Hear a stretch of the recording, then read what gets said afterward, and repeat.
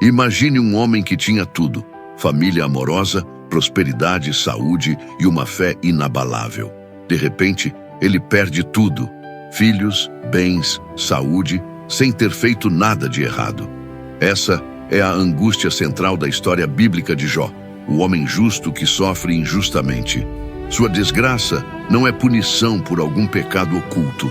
Na verdade, surge de uma misteriosa aposta entre Deus e Satã. Logo no início, a narrativa deixa claro quão perturbador é esse cenário. Jó não fez nada de errado, e exatamente por isso, seu sofrimento desafia qualquer explicação moral convencional. Jó se vê subitamente sentado sobre cinzas, coberto de feridas, arrasado pelas perdas. Seus amigos se aproximam para consolá-lo, mas logo começam a insinuar que ele deve ter culpa em seu infortúnio. Inconformado, Jó se recusa a aceitar que o universo seja tão simples. Ele protesta, questiona a justiça divina e clama por respostas. Sabe que foi íntegro e, mesmo assim, as calamidades o atingiram. Jó sabia que era inocente. Essa certeza o colocou acima da moral convencional, observou Carl Jung. Ou seja, a convicção de Jó em sua própria retidão o faz desafiar a explicação fácil de que Deus sabe o que faz. Jó quer entender. Ele exige encarar Deus face a face, num misto de dor, revolta e sede de significado. No clímax da história, Deus finalmente responde a Jó do meio de um redemoinho, mas curiosamente não oferece explicações racionais para o sofrimento. Em vez disso, revela sua imensidão. Descreve a criação grandiosa, faz perguntas retóricas. Onde estavas tu quando eu lançava os fundamentos da terra? E com isso, coloca Jó diante de um mistério maior que a compreensão humana. Confrontado com a presença divina avassaladora, Jó se cala e se humilha. Ele diz: meus ouvidos já tinham ouvido a teu respeito, mas agora os meus olhos te viram. Essa famosa declaração mostra que, através da dor e do encontro direto com o sagrado, Jó atinge uma nova compreensão. Antes, ele conhecia Deus só de ouvir falar. Agora, experimenta Deus diretamente. A transformação é profunda. Jó reconhece a pequenez de seu ego diante do todo. Por isso me desprezo e me arrependo no pó e na cinza. No final, sua vida é restaurada. Ele reconstrói família e fortuna, mas nada indica que ele seja exatamente o mesmo de antes. Após passar pela noite escura da alma, Jó emergiu diferente, com uma visão mais ampla da vida e do divino. Por milênios, leitores debateram o significado dessa história. Uma interpretação tradicional é a de que os desígnios de Deus são misteriosos e soberanos, ou seja, o sofrimento de Jó faria parte de um plano divino incompreensível para a mente humana, diante do qual só resta a fé. Entretanto, no século XX, o psiquiatra suíço Carl Gustav Jung ofereceu uma leitura ousada e fascinante do livro de Jó, lançando uma nova luz psicológica sobre esse drama cósmico. Jung, conhecido por explorar os símbolos religiosos através da psicologia profunda, escreveu um ensaio intitulado Resposta a Jó, que virou de ponta cabeça algumas noções teológicas convencionais. Em vez de ler Jó apenas como um teste da fé humana, Jung enxergou ali um confronto entre a consciência humana e a própria divindade. Um confronto que provoca transformação em ambos os lados, no homem e em Deus. E você se pergunta, como assim transformação de Deus? Para Jung, a saga de Jó expõe uma incongruência no próprio Deus, algo como uma sombra na divindade que até então estava inconsciente. Jung vem a perceber no texto bíblico que Deus, apesar de onipotente e onisciente, age de forma paradoxal. Ele permite que um homem justo seja devastado sem motivo aparente. Isso sugere que faltava algo na consciência divina. Nas palavras de Jung, ao agir assim, Deus permaneceu inconsciente de um lado sombrio dentro de si mesmo, ou seja, seu filho caído, Satã. Em termos psicológicos, Deus não consultou sua própria onisciência. Ele não refletiu sobre as consequências morais de seus atos, comportando-se como uma força da natureza amoral que não consegue ver as próprias costas. O resultado é que Jó, ser humano limitado, porém ético, acabou tendo maior clareza moral que o Deus onipotente naquele momento. Jó ousou questionar a justiça divina precisamente por ver a contradição interna que Deus não via. É como se, ao insistir em sua inocência e exigir sentido, Jó tivesse revelado a Deus a sua própria sombra. Aqui precisamos entender o conceito junguiano de sombra. Jung chamou de sombra tudo aquilo que reprimimos, negamos ou mantemos inconsciente, geralmente nossos aspectos indesejados ou assustadores. Cada pessoa tem sua sombra, e se Deus é concebido como uma totalidade, um todo, então Deus também teria uma sombra em sentido simbólico. Jung sugere exatamente isso. No livro de Jó, Satã, que aparece no céu junto aos anjos, dialogando com Deus, não é um inimigo externo ou independente de Deus, mas uma parte não integrada da própria divindade. Ou seja, Satã representa o lado sombrio de Deus, uma qualidade não reconhecida por Deus naquele momento. A imagem tradicional de Deus como perfeitamente bom e só luz fica abalada por essa perspectiva. Vemos um Deus que tem um aspecto escuro e potencialmente destrutivo quando não consciente de si. Jung escreve, em linguagem contundente, a onipotência sem consciência conduz inevitavelmente à destruição. Em outras palavras, um poder absoluto sem autoconhecimento de seu lado sombrio pode tornar-se cego e perigoso. Na história, quem paga o preço dessa inconsciência divina é Jó. Seu sofrimento é o custo da sombra de Deus permanecer nas sombras. Essa ideia pode soar chocante ou até blasfema à primeira vista. Deus inconsciente.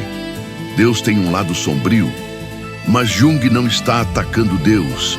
Ele está investigando a imagem de Deus na psique humana. Ele nos convida a ver o drama de Jó como um símbolo profundo. Nele, Deus personifica o arquétipo do self, a totalidade psíquica que inclui consciente e inconsciente, luz e escuridão. Já Jó representa a consciência humana emergente, nosso ego limitado, porém capaz de discernimento moral. Assim, o embate entre Jó e Deus retrata um momento crítico na relação entre humanidade e divino. É a criatura confrontando o Criador com a injustiça de seu ato. Jung interpreta isso como um momento em que a consciência moral do ser humano entra em cena de forma inédita diante de Deus. Jó, ao sustentar sua integridade contra a explicação fácil dos amigos e desafiar Deus a ser justo, encarna a voz da consciência ética. E, surpreendentemente, Deus ouve essa voz. Não no sentido de dar razão a Jó em palavras, mas no sentido de que a história demanda uma resposta divina à altura. Segundo Jung, após Jó ter passado pela provação e mostrado que sua fidelidade não era cega, algo muda na dinâmica entre Deus e o homem. Há uma inversão sutil de papéis. Jó se mostra mais justo que Deus. Afinal, Deus admitiu a aposta que causou sofrimento gratuito, e essa situação clama por retificação. Jung chega a dizer provocativamente que Deus pecou contra Jó ao tratá-lo tão cruelmente. Consequentemente, Deus teria ficado moralmente em dívida com o homem. Como saldar essa dívida? A resposta de Jung é brilhante e poética. A dívida só seria paga séculos depois, quando Deus se faz homem na figura de Cristo. Em Resposta a Jó, Jung argumenta que a encarnação de Cristo no Novo Testamento foi diretamente motivada pela experiência de Jó. Depois de Jó, Deus aprende algo sobre si mesmo. Tocado pela dor e pela coragem do homem justo, Deus teria decidido tornar-se ele mesmo um ser humano mortal, sofrer como um homem e demonstrar compaixão. Como diz Jung, Cristo é a resposta viva ao clamor de Jó. Nessa leitura, Jesus não vem apenas para redimir os pecados dos homens, mas para redimir o próprio Deus de sua falha para com Jó. A encarnação seria Deus tornando-se consciente de sua sombra e buscando integrar em si a experiência humana do sofrimento e do amor.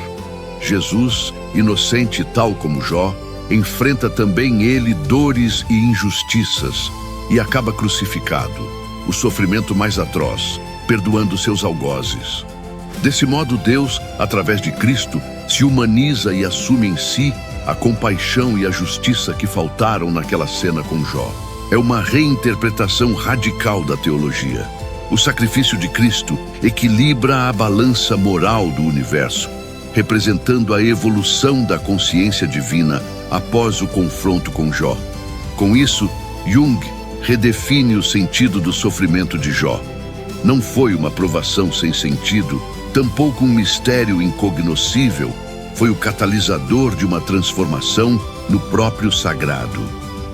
A partir daí, podemos imaginar que a imagem de Deus não permanece estática, mas ganha novos atributos.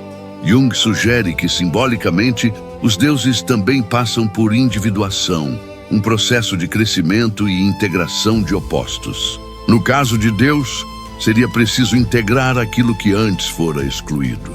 Por exemplo, Jung critica a visão exclusivamente luminosa e masculina da divindade.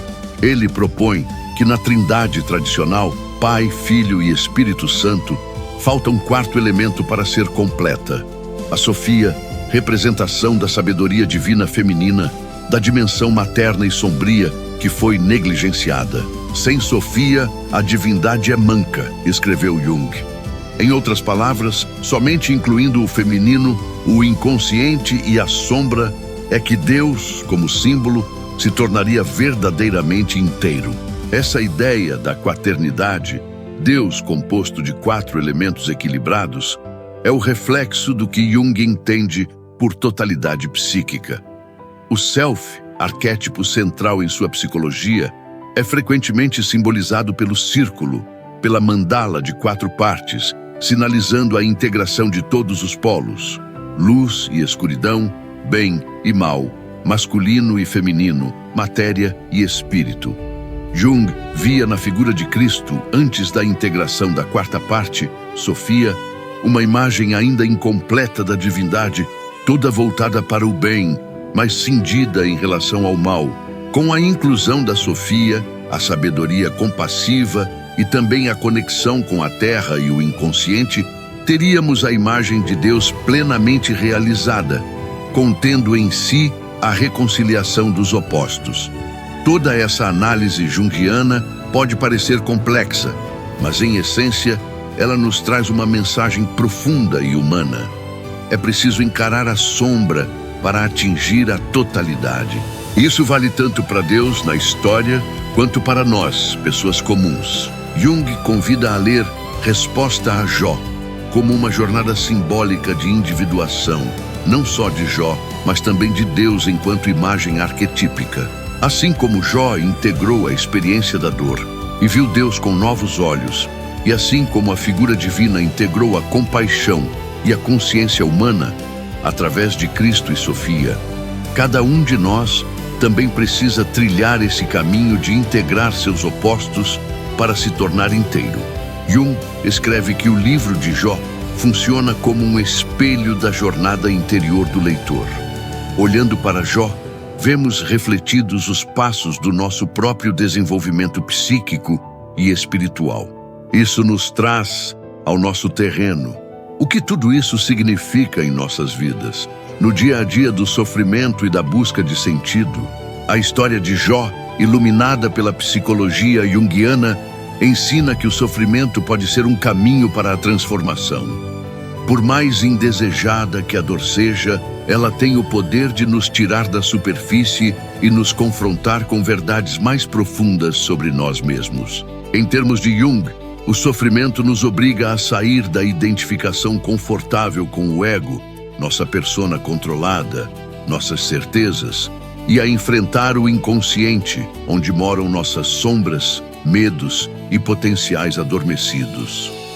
Muitas vezes, evitamos encarar nossos lados sombrios, nossas falhas, raivas, tristezas, contradições internas, porque dá medo e dói. Preferimos acreditar que tudo está sob controle, mas quando a vida nos derruba, quando perdemos algo importante ou passamos por uma crise, essas partes reprimidas vêm à tona. É o nosso Satã interno pedindo passagem. Pode ser a revolta que nunca admitimos, a vulnerabilidade que sempre negamos, ou a pergunta incômoda sobre o sentido da vida que empurramos para debaixo do tapete. Jung dizia que neurose é sempre um substituto para o sofrimento legítimo. Ou seja, quando fugimos do sofrimento necessário, aquele que faz parte do crescimento, acabamos doentes por dentro, ansiosos, deprimidos, cheios de sintomas. Em vez disso, é preciso ter a coragem de sofrer conscientemente, de sentir a dor que realmente temos e aprender com ela.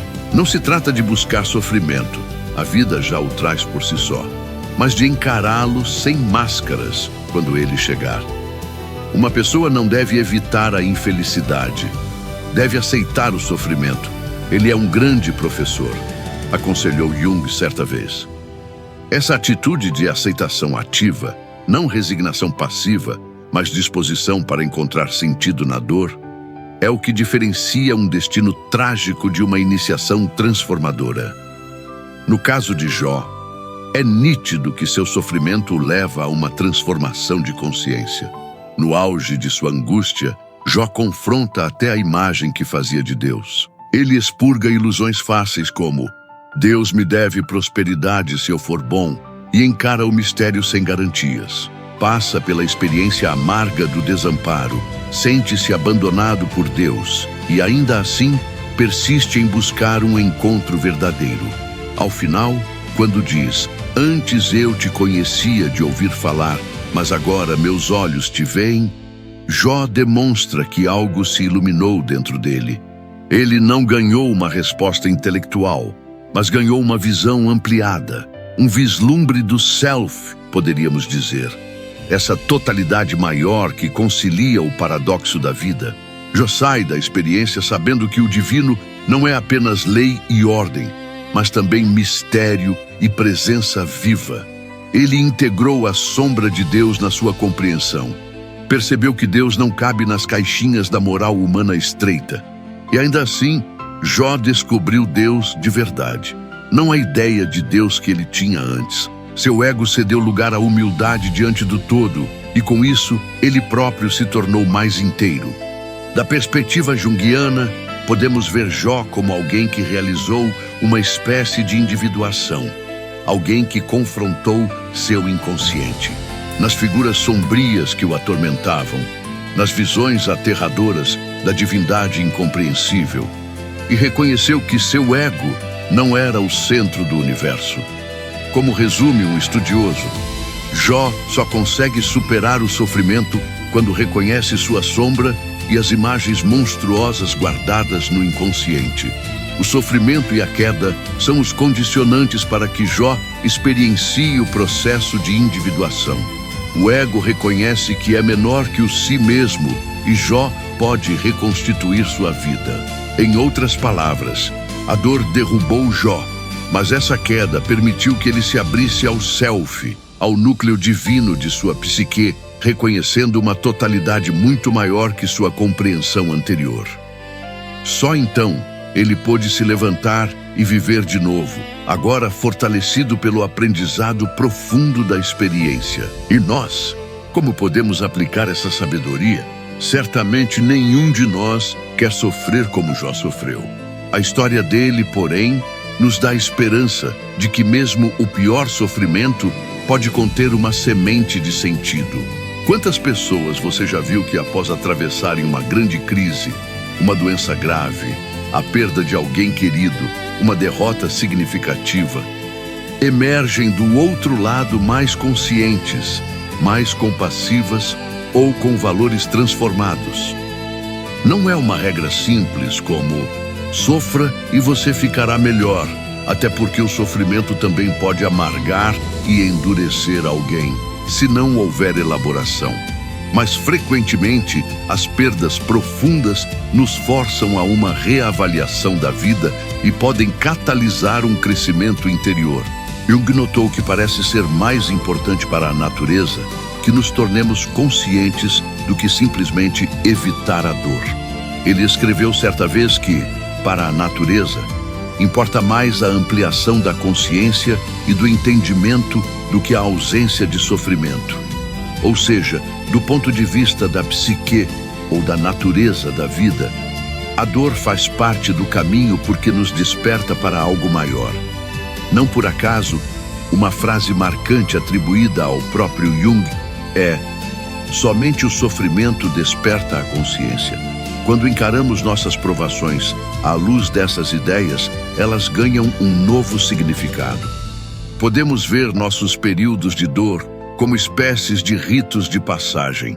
A antiga imagem da noite escura da alma nos vem à mente. Na mística, a alma atravessa uma escuridão terrível antes de reencontrar a luz divina de forma mais plena. Jó teve a sua noite escura e, ao perseverar nela com honestidade, questionando, chorando, mas não desistindo de encontrar o sagrado, alcançou uma realização espiritual mais profunda.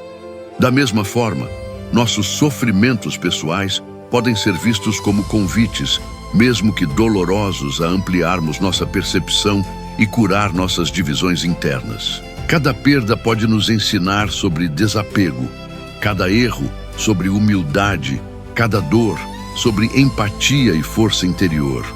A espiritualidade não precisa negar a dor, ela pode integrá-la.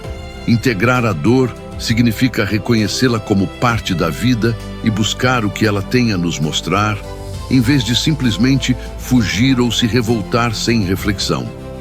Isso não significa romantizar o sofrimento ou achar bom aquilo que nos machuca. Significa apenas que, já que a dor vai cruzar nosso caminho de um jeito ou de outro, que pelo menos ela não seja em vão. Podemos permitir que ela nos transforme para melhor, como fez com Jó. Podemos encarar nossos demônios internos em vez de projetá-los nos outros. Podemos perguntar em meio às lágrimas: o que isso está querendo me mostrar sobre mim mesmo, sobre a vida que tenho levado, sobre o que realmente importa? Pergunta difícil, mas reveladora. Assim, a atitude contemplativa frente ao sofrimento é ativa, não resignada. É procurar significado e crescimento dentro do caos. No fim das contas, a história de Jó, aliada ao insight de Jung, nos ensina sobre esperança e responsabilidade espiritual. Esperança, porque mostra que nenhuma dor é totalmente gratuita. Há sempre a possibilidade de extrair consciência dela, de emergir com uma visão mais abrangente, seja da realidade, seja de Deus dentro de nós. E responsabilidade, porque nós, como portadores de consciência, temos um papel fundamental nesse processo. Jung chegou a afirmar que, à medida que desenvolvemos nossa consciência, estamos contribuindo para a evolução simbólica da própria imagem de Deus.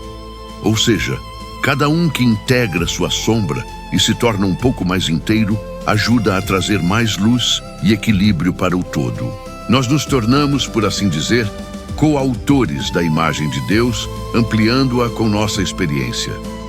Quando Jó confrontou Deus, ele foi agente dessa ampliação. Elevou a discussão moral a um novo patamar.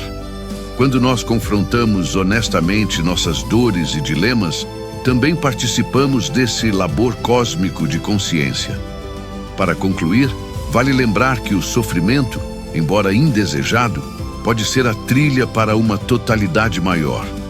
Jung e Jó, cada um a seu modo, nos dizem que não há plenitude sem atravessar a sombra.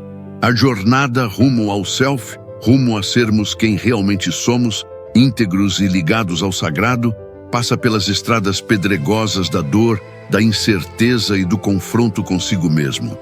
Mas essa jornada vale a pena. Afinal, é no coração da tempestade que Jó encontrou Deus.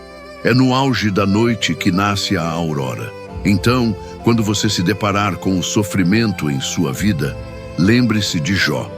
Lembre-se de que questionar faz parte. Jó questionou.